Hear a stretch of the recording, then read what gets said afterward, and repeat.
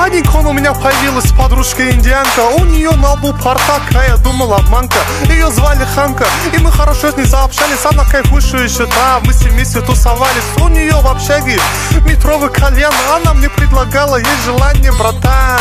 Мы курили, угорали вместе с ней. Она смеялась от дури, а я смеялся над ней. Все было хорошо, и мы друг друга полюбили. Я подумал, пришло время для постели. Я снял квартиру, взял коньяка на угол, накрыл стол. Она сказала: вау, мы выпили с ней. Она напилась как обезьянка. Я говорю: пойдем в спальню, Ханка, ляжем и никому не скажем. А она погнала и всю ночь песни распевала.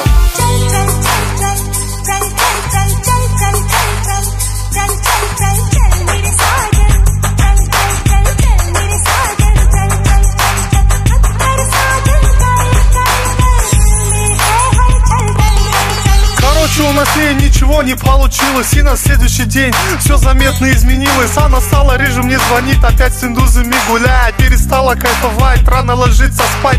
На смс не отвечает, звоню, сбрасывает. К ней пришел, она со слезами на выход показывает. Я говорю: в чем дело, я забыл про тот инцидент. Она говорит: нет-нет, Кэт, в тот момент мне было совсем не по себе. Я твой друг, Ханка, я привык к тебе. Она говорит: уходи, дорогой, мы не можем быть вместе с тобой. И я больше к ней не звонил, не приходил. Короче, забыл, разлюбил. И в один прекрасный вечерок возле дома слышу пьяный голосок.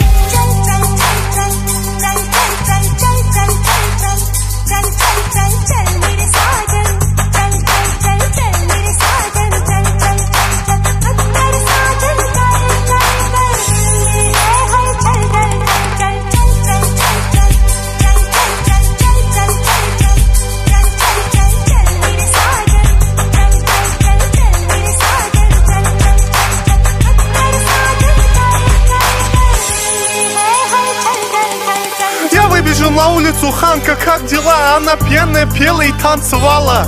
Я проводил ее в общагу, а она легла спать. На следующий день приходит ко мне опять: милый, ты должен знать, меня зовут не Ханка, я вовсе не с Индии, не индианка, я с Чимкента. Просто от парня шифруюсь, он хочет меня украсть, вот в Алмате тусуюсь. А я подозревал, но не понимал. Ты говоришь щит или щищин, не расшифровал. А как тебя зовут? Макпал.